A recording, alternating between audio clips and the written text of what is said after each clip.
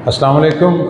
मेरा नाम शफ़क़त महमूद है और हम एक सीरीज़ ऑफ वीडियोस बना रहे हैं फॉर ए लेवल मैथ्स। और आज हम P1 का स्टार्ट कर रहे हैं, हमारा पहला लेक्चर है। और इस तरह P1 के, S1 के, P3 के, M1 के और S2 के इंशाल्लाह लेक्चर्स को हम अपलोड करते रहेंगे। और आज हमारा पहला लेक्चर है कोऑर्डिनेट ज्योमेट्री के बारे में और इसको हम स्टार्ट करने लगे हैं। बेटा सबसे पहला कॉन्सेप्ट जो हम कोऑर्डिनेट ज्योमेट्री में डिस्कस करते हैं वो है ऑब्वियसली कोऑर्डिनेट्स। कोऑर्डिनेट्स क्या होते हैं आप सब लोगों को मालूम है from your O levels. Coordinates जैसे किसी भी पॉइंट को मार्क करने के लिए जो डिस्टेंसेस होते हैं उन्हें हम कोऑर्डिनेट्स कहते हैं। फॉर एग्जांपल ये आपके सामने मैंने बनाया, अगर मैं यहाँ एक ग्रिड बनाऊँ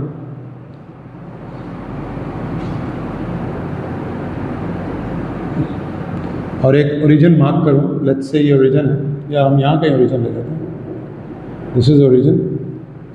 और हम 3,4 लें तो आपको पता है from your O levels x पे आप 3 जाएंगे, 1 2 3 1 2 3 4, वाई के ऊपर आप 4 जाएंगे। ये आपने पॉइंट ए मार्क कर लिया। ये वाला जो पॉइंट है ये ऑब्वियसली इसको ये एक्स है। अब हम इसका एक नया नाम आज सीख रहे हैं और उसको हम कहते हैं एब्सिसा।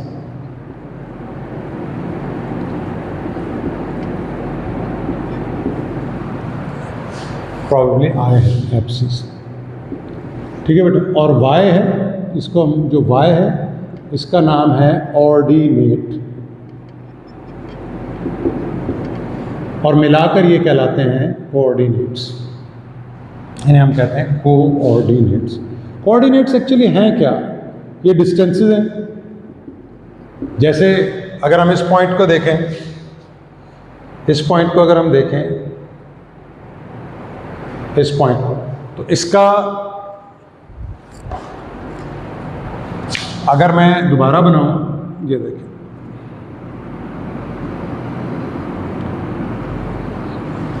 अगर ये पॉइंट है ए फॉर एग्जाम्पल, तो इसका ये वाला जो डिस्टेंस है, ये डिस्टेंस यानी एक्स वाई एक्सिस से जो डिस्टेंस है ये एक्स है, ये 3 है यहाँ पे। और जो इसका एक्स एक्सिस से डिस्टेंस है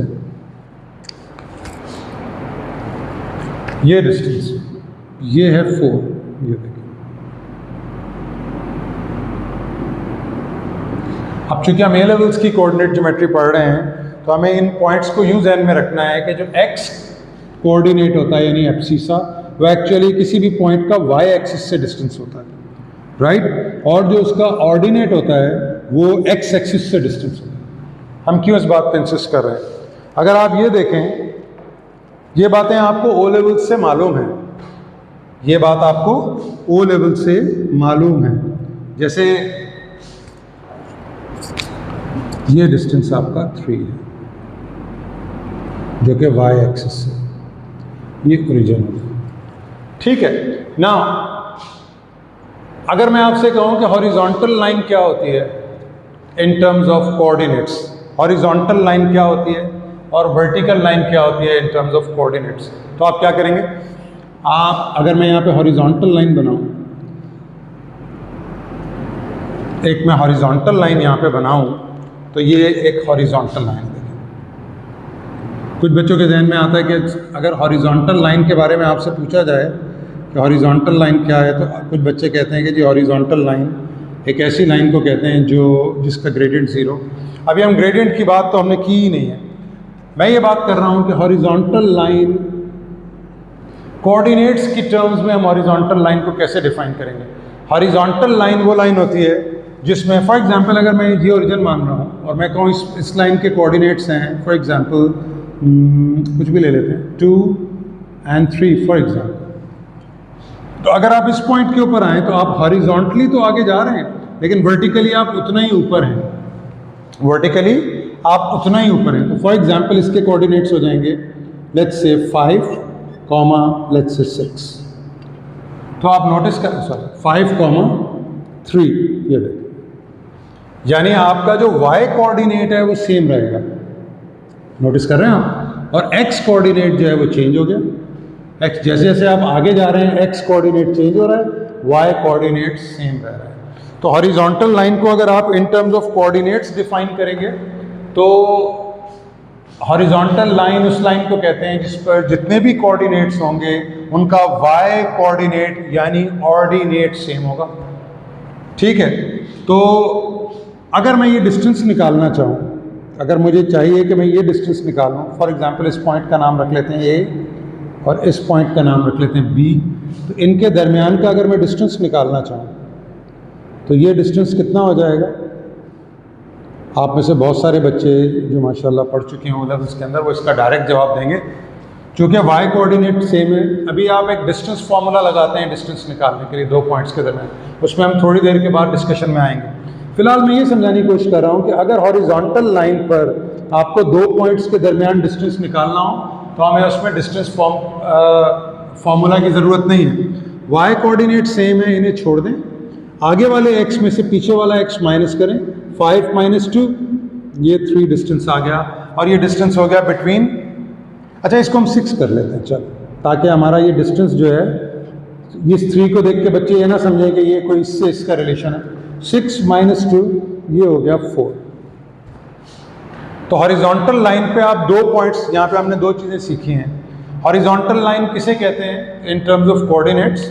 हॉरिजॉन्टल लाइन वो लाइन है जिसमें y कोऑर्डिनेट्स या ऑर्डिनेट्स पॉइंट्स के सेम होते हैं।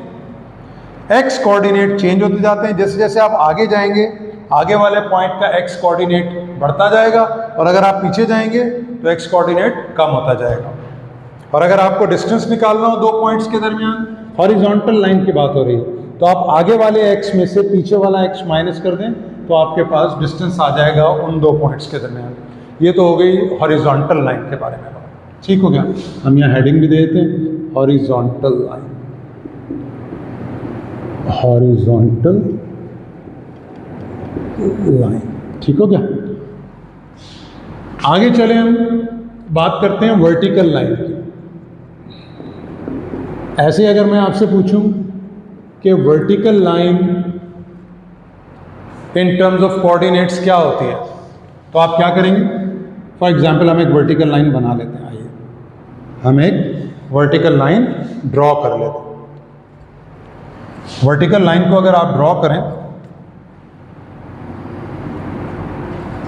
तो ये हो जाए, अगर हम एक वर्टिकल लाइन ड्रॉ करें ये, ठीक है, और इस पे हम दो पॉइंट्स मार्क कर लेते हैं। इस पॉइंट का नाम हम रख देते हैं C, इस पॉइंट का नाम हम रख देते हैं D, और इनके कोई कोऑर्डिनेट्स हम अपनी तरफ से इमेजिन कर लेते हैं। फॉर एग्जांपल C के कोऑर्डिनेट्स हैं लेट्स से 2 और 2 और D के कोऑर्डिनेट्स हैं। अब आपको अंदाज़ा हो गया होगा इस टाइम की डिस्कशन से कि इन पॉइंट्स के, ये देखें, ये चूँकि वर्टिकल लाइन है तो ये डिस्टेंस सेम होगा, ये डिस्टेंस इस पॉइंट का और ये डिस्टेंस इस पॉइंट का सेम होगा। यू कैन सी दैट, ये आप देख सकते हैं कि ये डिस्टेंसेस सेम है। तो vertical line in terms of coordinates क्या होगी कि उनका x कोऑर्डिनेट सेम होगा और जैसे जैसे आप ऊपर जा रहे हैं तो y कोऑर्डिनेट जो है वो लेट्स से चेंज होता जाएगा। मान लें ये 7 है। अब अगर आपने C और D के दरमियान डिस्टेंस निकालना है, फॉर एग्जांपल अगर आप ये वाला डिस्टेंस ढूंढ रहे हैं कि ये डिस्टेंस कितना है बिटवीन C एंड D, तो आप ज़रा नोटिस कीजिए कि इनके x कोऑर्डिनेट सेम है, इन्हें छोड़ दें। आप ऊपर वाले y कोऑर्डिनेट में से नीचे वाला y कोऑर्डिनेट माइनस कर दें तो ये डिस्टेंस आ जाएगा 5। ये डायरेक्ट हम एग्जामिनेशन के अंदर ये कॉन्सेप्ट चेक होते हैं कि मैं जब क्वेश्चंस करवाऊंगा तो आपको बताऊंगा कि ये कॉन्सेप्ट वहाँ पर कहाँ अप्लाई हो रहा है। तो हॉरिजॉन्टल लाइंस क्या होती हैं? Horizontal lines in terms of coordinates ये होती हैं कि उन लाइंस के ऊपर तमाम पॉइंट्स के ऑर्डिनेट्स यानी y कोऑर्डिनेट्स सेम होते हैं। वर्टिकल लाइन पे तमाम पॉइंट्स के हॉरिजॉन्टल कोऑर्डिनेट्स यानी एब्सिसास सेम होते हैं। अगर आपको हॉरिजॉन्टल लाइन पे डिस्टेंस निकालना हो तो आप आगे वाले x में से पीछे वाला x माइनस कर दें तो ये डिस्टेंस आ जाएगा। और वर्टिकल लाइन में x कोऑर्डिनेट सेम होते हैं, ऊपर वाले y में से नीचे वाला y माइनस कर देंगे तो दो पॉइंट्स के दरमियान डिस्टेंस आ जाएगा। आई होप यहाँ तक का पॉइंट क्लियर है। हम अब इस डिस्कशन को थोड़ा आगे लेके चलते हैं। डिस्कस करके आए हैं कि हॉरिजॉन्टल लाइन क्या होती है, वर्टिकल लाइन क्या होती है। आगे चलते हैं हम। अब अगर आपसे फॉर एग्जांपल एग्जाम में इस तरह का सवाल आ जाए कि ये पॉइंट है कि आपके पास हॉरिजॉन्टल लाइन है और ये पॉइंट है P, इसके कोऑर्डिनेट्स हैं R, H, और एक पॉइंट है Q फॉर एग्जांपल और इसके कोऑर्डिनेट्स हैं S, H फॉर एग्जांपल, और वो आपसे पूछे PQ, ये डिस्टेंस का सिंबल है, ये आपसे वो डिस्टेंस मांग रहा है। आगे इस पर हम और डिस्कस करेंगे आगे वीडियो में। ये PQ डिस्टेंस है, ये सिंबल है, आपसे वो डिस्टेंस पूछ रहा है कि PQ डिस्टेंस क्या है, PQ डिस्टेंस क्या है। तो आप क्या करेंगे, ये आपको जनरल फॉर्म में भी आना। देखें ये गलती हुई, माजरत। हाँ ठीक है, y कोऑर्डिनेट सेम है, तो आप आगे चूंकि ये हॉरिजॉन्टल लाइन है, ये आपको गिवन है। फॉर एग्जांपल ये आपको सवाल में गिवन है कि PQ is a straight line, PQ is a horizontal line. For example PQ is a horizontal line. जब वो ये कह रहा है कि PQ हॉरिजॉन्टल लाइन है, तो आपको फौरी तौर पे समझ में आ जाएगा कि इसके जो y कोऑर्डिनेट्स हैं वो सेम है और हमें गिवन भी। तो डिस्टेंस क्या हो जाएगा, आगे वाले s में से पीछे वाला x माइनस कर देंगे, तो ये डिस्टेंस हो जाएगा s minus r। That's how the distance is. Similarly अगर वर्टिकल लाइन हो, अगर एक आपके पास वर्टिकल लाइन है, फॉर एग्जांपल ये पॉइंट है M और ये पॉइंट है N, और इनके दरमियान का डिस्टेंस चाहिए मुझे। फॉर एग्जांपल इसके कोऑर्डिनेट्स यहाँ पे लिखे हुए हैं, लेट्स से A, D, और इसके कोऑर्डिनेट्स हैं M के, फॉर एग्जांपल A,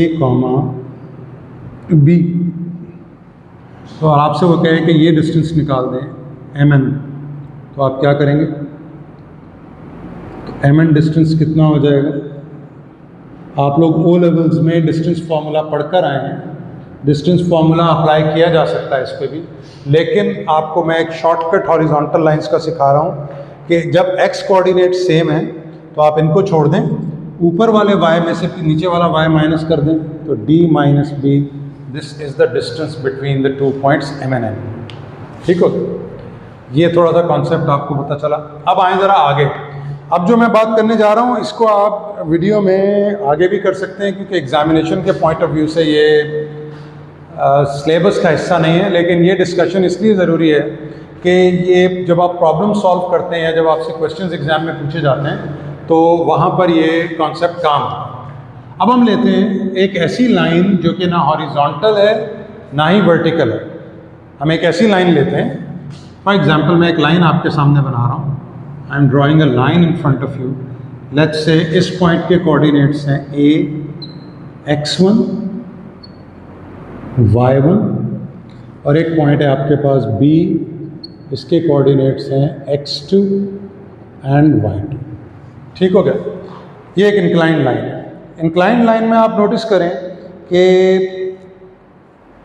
ना x सेम है ना y सेम है, क्योंकि ना ये लाइन हॉरिजॉन्टल है ना ये लाइन वर्टिकल है। अब हम क्या करेंगे, हम एक राइट एंगल ट्राइंगल बनाते हैं। हम एक यहाँ पर राइट एंगल ट्राइंगल बनाते हैं। Let's draw a right angle triangle. ये देखिए जी, लेट्स से ये राइट एंगल ट्राइंगल। ना ये राइट एंगल ट्राइंगल होने का मतलब ये है कि ये लाइन वर्टिकल है और ये लाइन हॉरिजॉन्टल है। तो इस पॉइंट का नाम हम रख देते हैं, लेट्स से इस पॉइंट का नाम है C। अब C के कोऑर्डिनेट्स क्या हो सकते हैं, क्या हम इनका अंदाज़ा कर सकते हैं? देखें ये हॉरिजॉन्टल लाइन है और अभी आप पढ़कर आए हैं कि हॉरिजॉन्टल लाइन पर y कोऑर्डिनेट्स सेम होते हैं। तो अगर हम इस लाइन को देखें, ये लाइन अगर हॉरिजॉन्टल है तो इसका y कोऑर्डिनेट क्या है, y1। तो इस पॉइंट का भी y कोऑर्डिनेट क्या हो जाएगा, y1। ये देखिए इसका कोऑर्डिनेट हो जाएगा y1, क्योंकि ये हॉरिजॉन्टल लाइन है। सिमिलरली ये वर्टिकल लाइन है। अगर ये वर्टिकल लाइन है तो आप नोटिस करें, वर्टिकल लाइन पर अगर आप याद कीजिए तो हम पढ़कर आए कि x कोऑर्डिनेट सेम होते हैं। तो अगर इसके x कोऑर्डिनेट्स जो हैं वो ये A1 नहीं है, ये आप लोग गलती से इसको समझिए, ये A है।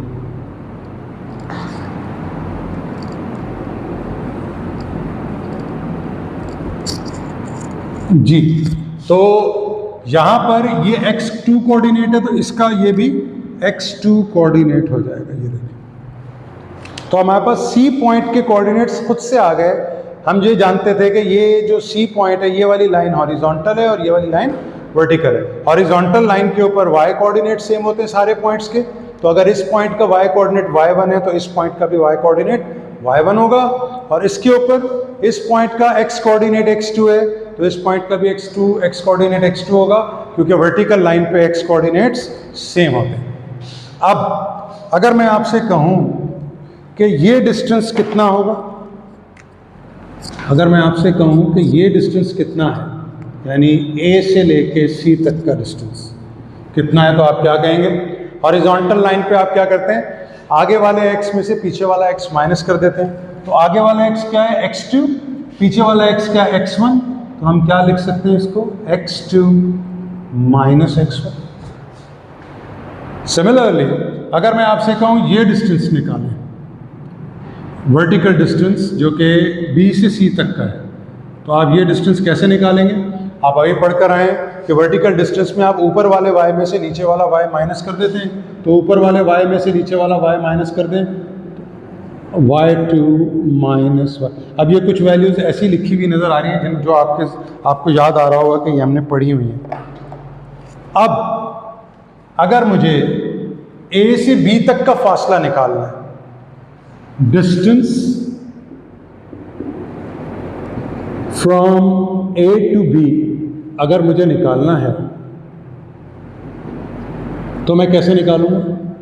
आपको पता है कि डिस्टेंस का सिंबल ये है AB, और ये लाइंस लगा देते हैं आप तो मैग्नीट्यूड ऑफ AB या डिस्टेंस AB।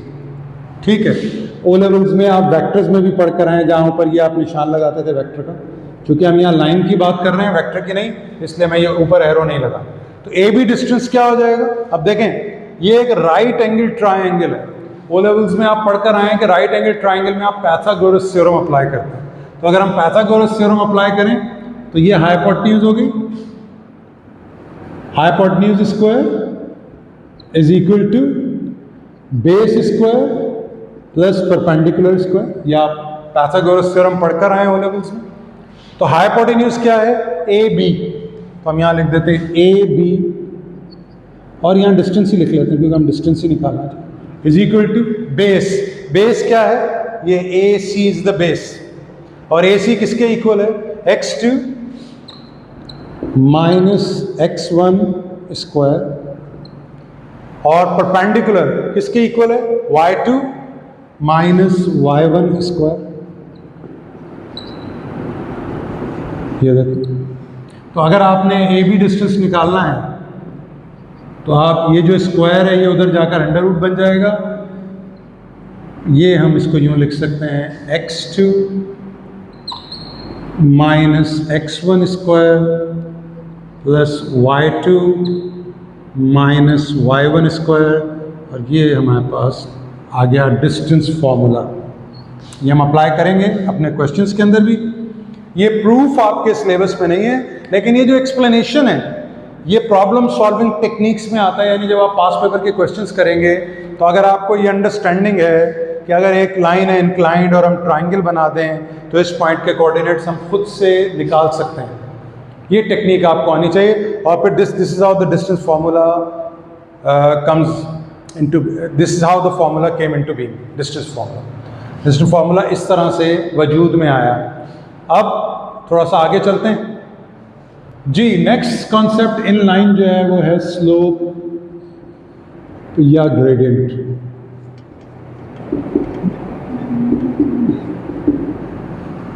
तो पहले हम सारे कॉन्सेप्ट्स डिस्कस कर लेंगे।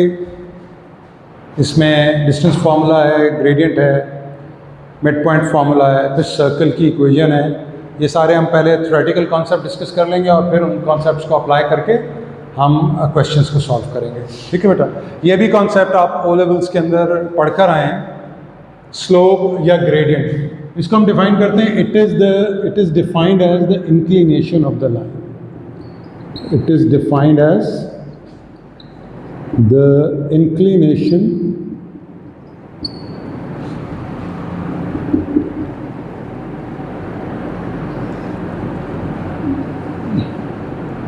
of a line.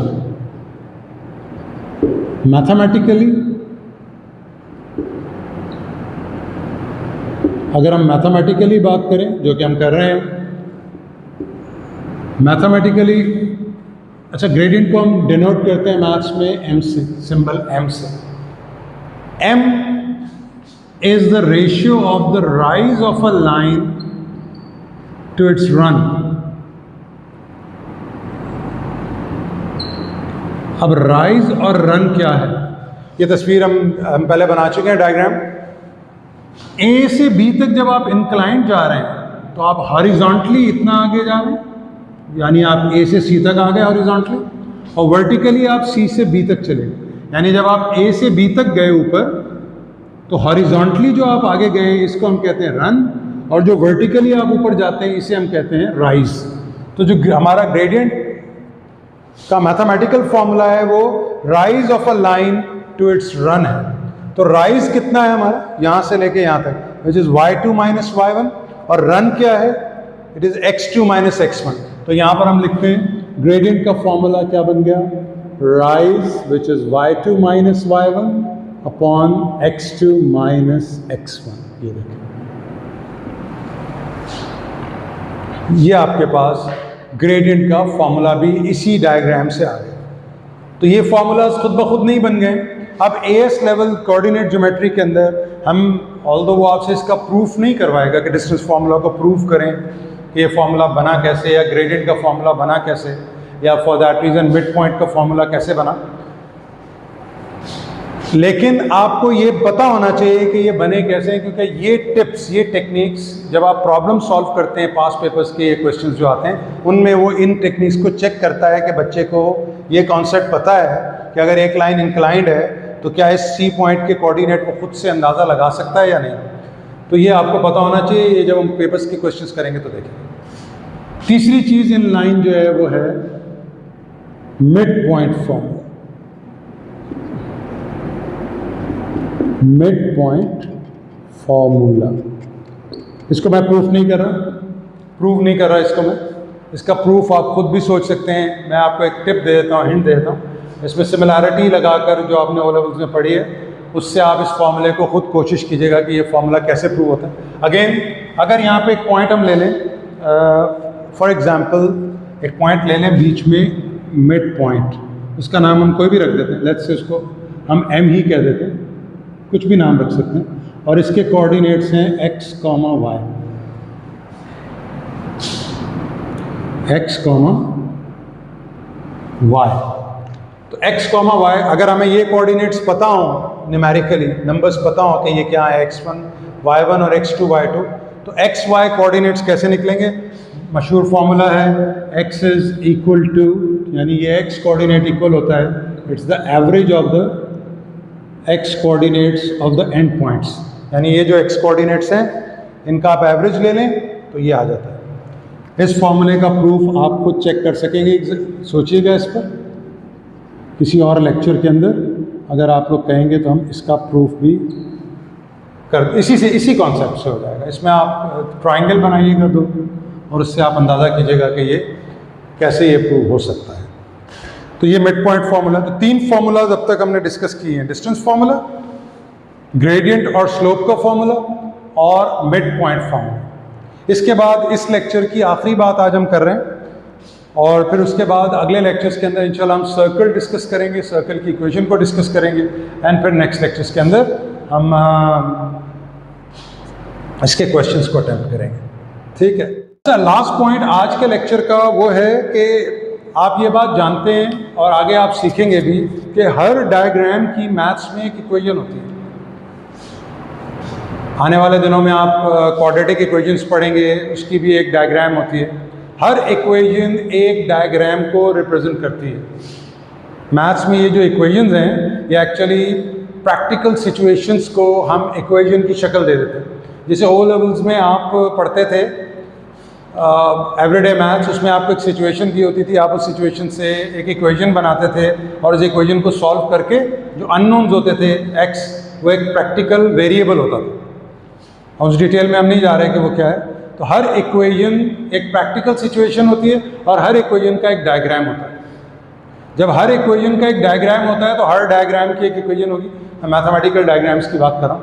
जैसे फॉर एग्जांपल एक लाइन है, हम डिस्कस करने लगे equation of a straight line. ये भी ओ लेवल मैथ्स में आप पढ़कर आए, equation of a straight line. दो मशहूर इक्वेशन है, आपने पढ़ी हुई हैं, हम भी दोबारा बना लेते हैं, देखते हैं कि वो इक्वेशंस बनती कैसे। लेट्स से एक लाइन है, इस लाइन पे एक कोऑर्डिनेट है x1 y1 और एक पॉइंट है xy। फॉर एग्जाम्पल ये पॉइंट है, इसको हम कह देते हैं नोन पॉइंट। नोन पॉइंट का मतलब इसके कोऑर्डिनेट्स हमें पता हैं। और ये पॉइंट है जिसको हम कहते हैं जनरल पॉइंट। इसका आप नाम रख लें, भले इसको आप P कह दें, इसको आप A कह दें, आपकी मर्जी। नोन पॉइंट से क्या बात है कि अगर मेरे पास एक लाइन है, उस लाइन के ऊपर एक पॉइंट है जिसके कोऑर्डिनेट्स मुझे पता हैं 3,4। ये जो कोऑर्डिनेट है x y, ये कहीं भी हो सकता है इस लाइन के ऊपर। ये बात भी आप ओ लेवल्स में पढ़कर आए हैं कि लाइन बनाने के लिए कम से कम 2 पॉइंट चाहिए होते हैं आपको। एक लाइन बनाने के लिए एक पॉइंट ये हो गया, एक पॉइंट एक और हो गया, आप इन दोनों पॉइंट्स को ज्वाइन कर दें, लाइन बन जाएगी। तो लाइन बनाने के लिए कम से कम 2 पॉइंट होते हैं और लाइन के ऊपर इनफाइनाइट पॉइंट्स होते हैं, आप ये बात भी जानते हैं। और ये हम अभी ए लेवल्स के अंदर और आगे इनको जब क्वेश्चंस करेंगे तो डिस्कस कर लेंगे कि लाइन के ऊपर इनफाइनाइट पॉइंट्स होते हैं। लेकिन लाइन बनाने के लिए आपको कम से कम 2 पॉइंट चाहिए। भाई एक पॉइंट से तो लाइन नहीं बन सकती ना, ये एक पॉइंट है, अब यहाँ से लाइन यूँ भी बन सकती है, लाइन यूँ भी बन सकती है, लाइन यूँ भी बन सकती है, तो इस लाइन की डायरेक्शन कुछ भी हो सकती है। लेकिन अगर मुझे पता है कि एक पॉइंट ये है और एक पॉइंट ये है, तो डेफिनेटली लाइन यूँ ही बनेगी। तो लाइन बनाने के लिए हमें कम से कम 2 पॉइंट्स की ज़रूरत होती है। Is this clear? नाउ हम वापस चलते हैं अपनी डिस्कशन के ऊपर कि अगर मुझे एक पॉइंट नोन है लाइन के ऊपर, यानी इसके कोऑर्डिनेट्स, और एक जनरल कोऑर्डिनेट्स, जनरल पॉइंट है, ये कहीं भी हो सकता है, ये हम नंबर्स की फॉर्म में नहीं लिखेंगे। अगर मैं इस लाइन का ग्रेडियंट निकालूं, अगर मैं इस लाइन का ग्रेडियंट निकालूं तो ग्रेडियंट क्या हो जाएगा? लेट्स से मैं इसको x1 y1 कह देता हूं और इसको x2 y2 कह देता हूं। ये वाले पॉइंट का नाम x1 y1 है और ये जो दूसरे वाले पॉइंट, आप सोच रहे हैं सर इसका नाम तो x1 y1 xy है, तो आप x2। मैं ग्रेडियंट निकालने के लिए, जैसे ग्रेडियंट का फॉर्मूला मेरे पास है y2, ये भी मैं लाइन की इक्वेशन प्रूव करवा रहा हूँ आपको, आप इसे स्किप कर सकते हैं क्योंकि एंड जो रिजल्ट होगा वो हमारे काम का होगा। अब x1 y1 तो मेरे पास है, तो x2 y2 क्या है? इनका नाम मैं x2 y2 रख रहा हूँ। तो अगर मैं ग्रेडियंट निकालूं तो क्या बनेगा? y2 की जगह मैं क्या रखूंगा? y1 की जगह मैं क्या रखूंगा? y1 अपॉन x2 की जगह मैं क्या रखूंगा? x, और x1 की जगह मैं क्या रखूंगा? x1। अब अगर मैं इसको यहां ले जाऊं, क्या मैं यूं लिख सकता हूं?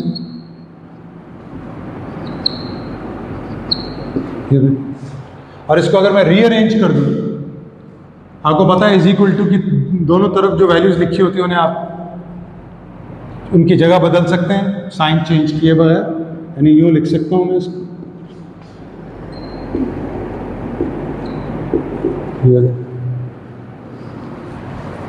ये कहलाती है, इसका नाम है, ऑल्दो ये नाम आपको ना भी पता हो तो काम चल जाएगा, इसे हम कहते हैं पॉइंट स्लोप फॉर्म। हो सकता है आपके टीचर्स ने ओ लेवल्स में इसको आपको टच करवाया हो, ओ लेवल्स में इसको आपको टच करवाया हो, यानी ये इक्वेशन लिखवाई हो या इस्तेमाल करना। जो दूसरी इक्वेशन है इसमें, उसे हम कहते हैं स्लोप इंटरसेप्ट फॉर्म। अगेन नाम नहीं भी पता तो भी काम चल जाएगा आपका, बस आपको ये पता होना चाहिए कि ये फॉर्म कौन सी है। और ये भी एक मशहूर फॉर्म है जो कि आप यूज़ करके आए हैं, इसको हम कहते हैं y is equal to mx plus C. इसका प्रूफ हम नहीं करते, किया जा सकता है इसका प्रूफ भी, लेकिन ये हम छोड़ते हैं इसको। इसमें जो चीज़ें समझने की हैं वो क्या है? अगेन एक्स और वाई हम बात करके आए कि जनरल कोऑर्डिनेट्स होते हैं। सी क्या है? व्हाट इज सी? सी जो है इसको हम कहते हैं वाई इंटरसेप्ट। इसको हम क्या कहते हैं? Y intercept. अब समझने की बात यह है कि वाई इंटरसेप्ट क्या है, इस बात को समझिए। वाई इंटरसेप्ट क्या है? अगर हम एक लाइन को जहां लाइन वाई एक्सिस को कट करती है, इंटरसेप्ट मीन्स काटना, इस पॉइंट का डिस्टेंस ओरिजिन से ये डिस्टेंस कहलाता है वाई इंटरसेप्ट। इसको हम कहते हैं सी या वाई इंटरसेप्ट। ये है सी यानी Y intercept.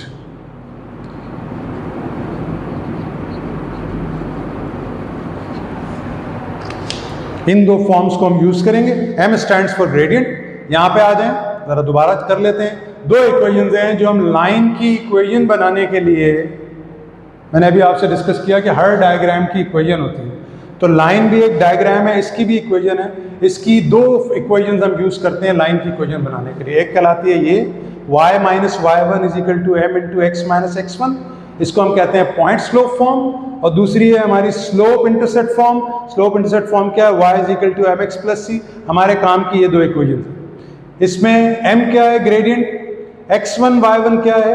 Known point on the line. और xy क्या है? General point on the line. यहां आ जाए, xy is the general point on the line, m is the gradient and c is the y intercept. जी, तो ये हमारा आज का डिस्कशन था जिसमें हमने डिस्टेंस फार्मूला और स्लोप, मिड पॉइंट फार्मूला और लाइन की इक्वेशंस डिस्कस की कि लाइन की इक्वेशन। नेक्स्ट लेक्चर में इंशाल्लाह हम सर्कल की इक्वेशन कैसे बनती है उसको डिस्कस करेंगे, और फिर उनसे अगले लेक्चर्स में हम इन कॉन्सेप्ट्स को अप्लाई करके क्वेश्चंस को सॉल्व करने की कोशिश करेंगे, पास पेपर्स के भी और कुछ बुक्स के आपके जो आप स्टैंडर्ड बुक यूज़ करते हैं। वो बुक आपके साथ मैं क्वेश्चंस शेयर करता रहूँगा वीडियोज़ में। जो चीज़ आपको बस इसमें ये ध्यान में रखना है कि ये जो प्रूफ्स आपको करवाएं, ये प्रूफ्स आपके सिलेबस में नहीं है। आपको इन दो इक्वेशंस को ध्यान में रखना है। मिड पॉइंट फार्मूला आपको पता होना चाहिए, आपको डिस्टेंस फार्मूला पता होना चाहिए। प्रूफ इसलिए कराएं कि प्रूफ को समझने से इंसान की मेंटल अंडरस्टैंडिंग बेहतर होती है क्वेश्चंस को सॉल्व करने के लिए एग्जाम में। Thank you very much. See you in the next lecture.